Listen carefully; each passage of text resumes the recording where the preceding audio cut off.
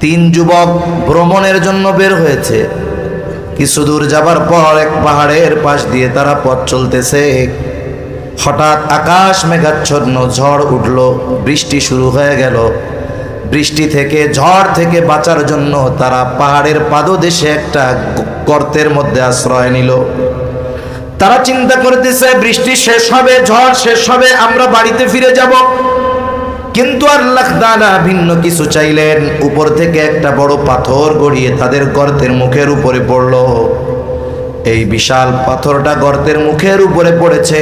গর্তটা পুরোপুরি বন্ধ হয়ে গেছে, কোনো আলো নাই, কেউ কাউকে দেখা যায় না, কেমন যেন আমাবস্যার অন্ধকার।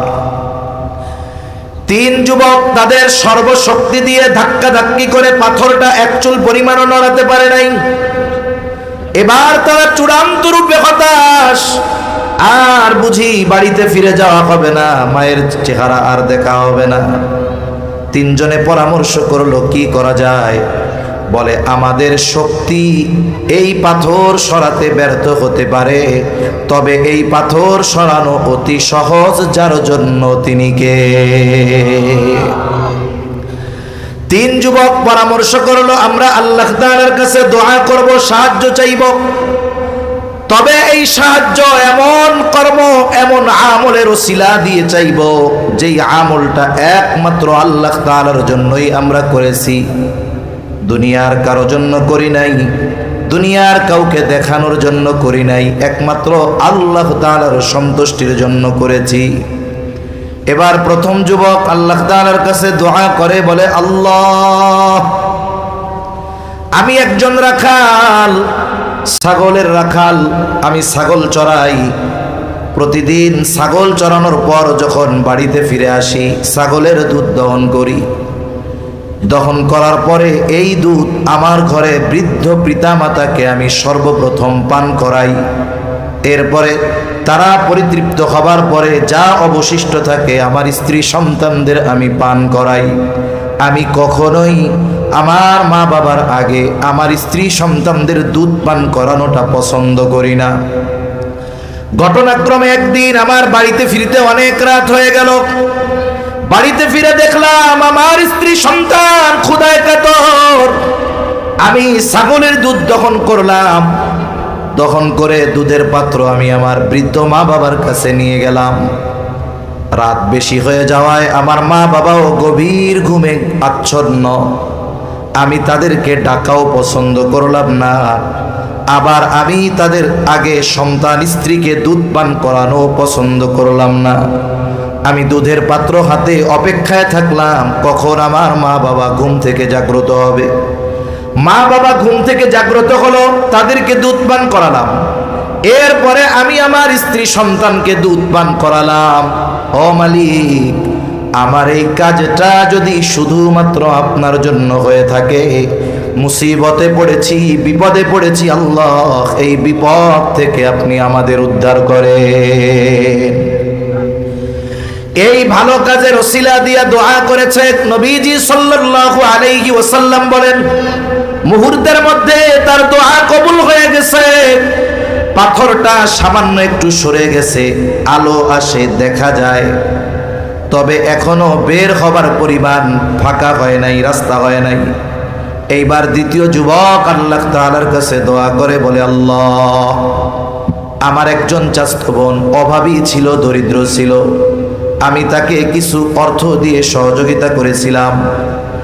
এই বিষয়টাকে কেন্দ্র করে আর তার দারিদ্রতার সুযোগ নিয়ে আমি তার সাথে জেনায় লিপ্ত হতে ইচ্ছা পোষণ করলাম। একটা সময় অভাবের কারণে সে আমার প্রস্তাবে রাজি হয়ে গেল। আমি যখন তার সাথে গোপন অভিসারে মিলিত হব, আমার ওই চাচাতো বোন আমাকে বলল, ভাই, তুমি যেটা করতে চাচ্ছ এটার ব্যাপারে তুমি আল্লাহকে ভয় করো। এই কথা বলার সাথে সাথে আমি তার থেকে চলে আসলাম, ফিরে আসলাম। যুবক বলে, আল্লাহ, আমার এই কাজ থেকে ফিরে আসাটা যদি শুধুমাত্র আপনার জন্য হয়, আয় আল্লাহ, আমরা মুসিবতে পড়েছি, বিপদে পড়েছি, আপনি আমাদেরকে এই বিপদ থেকে উদ্ধার করেন। নবীজি সাল্লাল্লাহু আলাইহি ওয়াসাল্লাম বলেন, এই ব্যক্তি দোয়া করার সাথে সাথে দোয়া কবুল হয়ে গেল। পাথরটা আর একটু সরে গেল, এখনো বের হওয়ার মতো জায়গা হয় নাই। এইবার তৃতীয় ব্যক্তি আল্লাহর কাছে দোয়া করে বলে, আল্লাহ, একদিন এক লোককে আমি আমার কাজের জন্য নিলাম, সারাদিন কাজ করবার পর লোকটা তার মজুরি না নিয়ে আমার থেকে চলে গেল। আমি তার ওই পারিশ্রমিক মজুরির টাকাটা আলাদা করে রাখলাম, অপেক্ষায় আছি এই বুঝি সে আসে আর তার হকটা তাকে দিয়ে দিব। কিন্তু দীর্ঘদিন পার হয়ে গেল, লোকটার আসার খবর নাই। আমিও তার এই টাকাটা ফেলে রাখা পছন্দ করলাম না। আমি তার ওই পারিশ্রমিকের মূল্য দিয়ে ছোট্ট একটা ছাগলের বাচ্চা ক্রয় করলাম। বাচ্চাটা বড় হলো, একটা সময় বাচ্চাটা বড় হবার পরে এটাও বাচ্চা দিল। এক সময় মোটামুটি বড় একবাল ছাগল হয়ে গেল, যেটা রক্ষণাবেক্ষণ করা আমার জন্য সম্ভব হচ্ছিল না। এগুলোর মধ্য থেকে কয়েকটা বিক্রয় করে আমি একটা রাখাল এই ছাগল পালনের জন্য নিয়োগ দিলাম। বিশাল একবাল ছাগল হয়ে গেল। দীর্ঘদিন পর ওই লোকটা আমার কাছে এসে বলে, ও ভাই, তোমার কাছে আমার কিছু পাওনা আছে, আমার পাওনাটা আমারে দিয়ে দাও। আমি তাকে রাখাল সহ ছাগলের ওই বিশাল পাল দেখা দিয়া বললাম, এই যে তোমার পারিশ্রমিক মজুরি, তুমি এগুলো নিয়ে যাও। লোকটা বলে, বলো কি?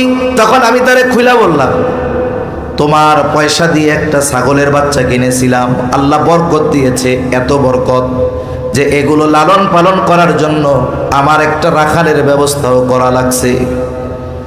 আয় আল্লাহ, লোকটা ছাগল সহ রাখালের ওই পাল সহ, ছাগল সহ রাখাল সহ ওই ছাগলের পাল ধরে সে নিয়ে চলে গেল। একটা ছাগলও আমারে দেয় নাই। এই না দেওয়ার কারণে আমি মনক্ষুণ্ণ হই নাই, কষ্ট পাই নাই। ও মালিক, আমার এই কাজটা যদি শুধুমাত্র আপনার সন্তুষ্টির জন্য হয়, বিপদে পড়েছি, আল্লাহ আপনি আমাদের উদ্ধার করেন। নবীজি সাল্লাল্লাহু আলাইহি ওয়াসাল্লাম বলেন, এই লোকটার দোয়াও আল্লাহ তাআলার কাছে কবুল হয়ে গেল। সাথে সাথে পাথরটা আর একটু সরে গেল, বের হওয়ার মতো জায়গা হয়ে গেল। তিন ব্যক্তি বের হলো, নিরাপদে তাদের বাড়ি পৌঁছায় গেল।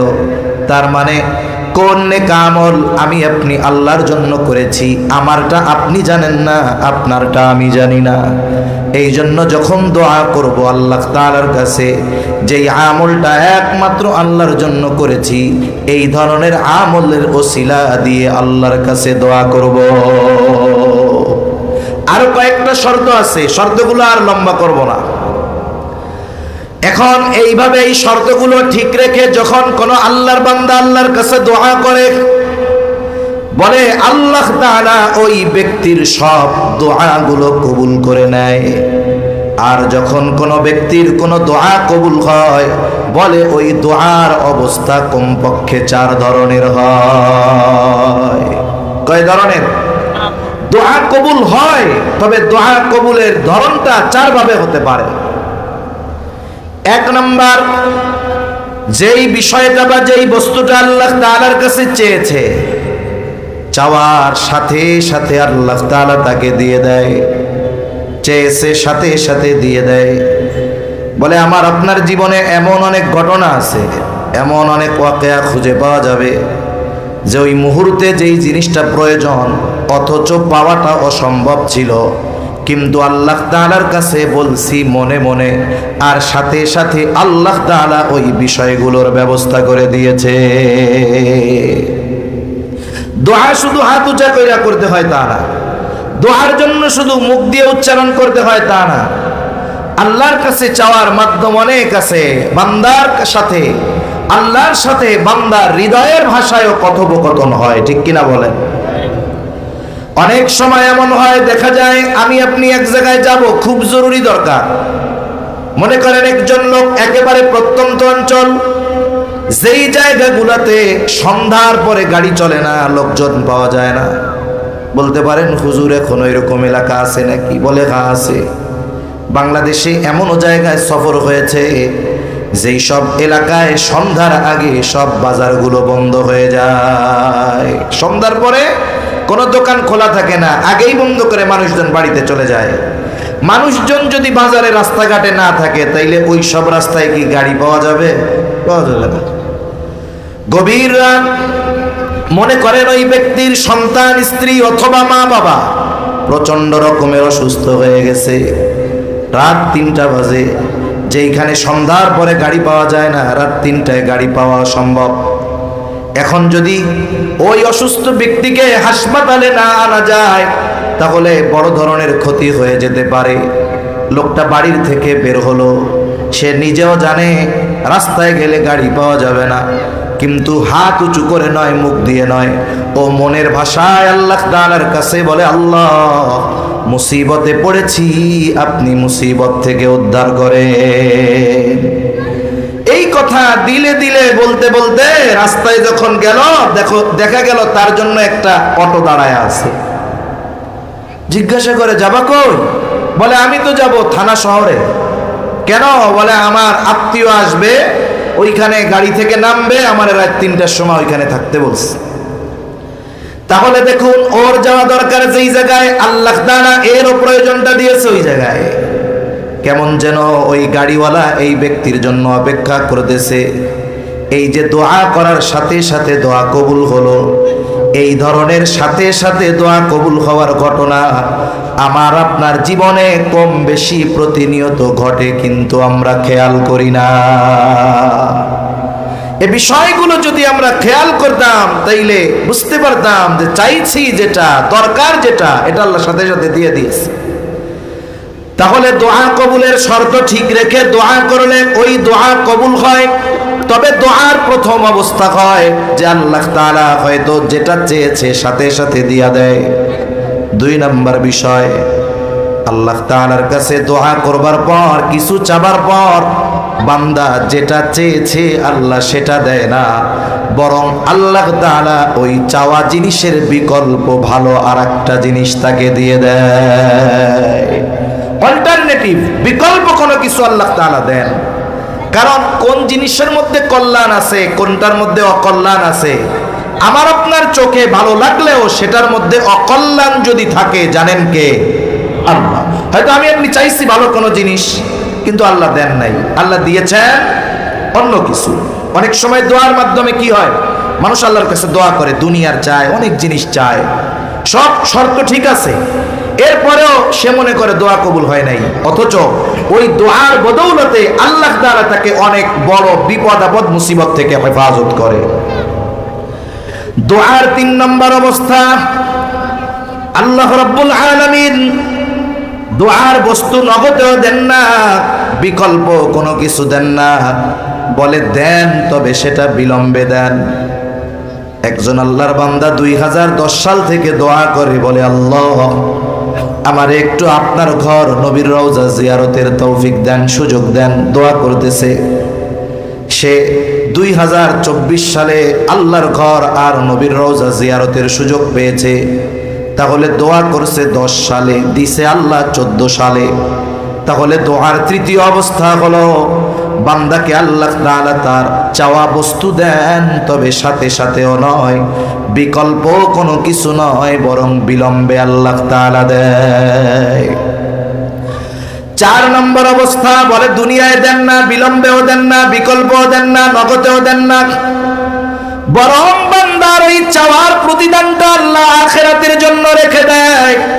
কিয়ামতের দিন বান্দার হাতে যখন আল্লাহ তাআলা আমলনামা পৌঁছায়া দিবে, প্রত্যেকের হাতে প্রত্যেকের আমলনামা পৌঁছায়া যাবে।